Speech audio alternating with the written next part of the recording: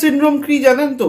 খুব রেয়ার যদিও, তবুও আপনি জেনে রাখা উচিত, কারণ সেই সব কম বয়সী ছেলেরা যাদের সেক্স করবার সময় ইজ্যাকুলেশন মানে বীর্যপাতের সময় ব্যথা হচ্ছে, অনেক সময় বীর্যপাত হওয়ার সময় লাল লাল স্পটস হিমোটোস্পার্মিয়া হচ্ছে, প্লাস দেখা যাচ্ছে যে অন্ডকোষে একটা অসহ্য ব্যথা সবসময় থাকছে, মানে ক্রনিক প্রস্টেটাইটিসের মতন।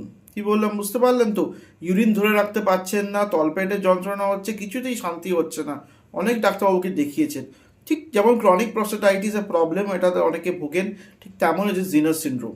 এখানে একটা মনে রাখবেন, যখন আমরা ট্রান্সরেক্টাল আল্ট্রাসাউন্ড করি তখন দেখতে পাই যে সেমিনাল ভেসিকেল একটা সিস্ট কিন্তু আমাদের ইউরিনারি প্যাসেজ এবং আমাদের যেটা সিমেন্ট ডিসচার্জের যে চ্যানেলটাকে অবস্ট্রাকশন করছে, তাতে ইজাকুলেটরি ডাক্ট অবস্ট্রাকশন করে এবং সারপ্রাইজিংলি সেই দিকের কিডনিটা অ্যাবসেন্ট থাকে।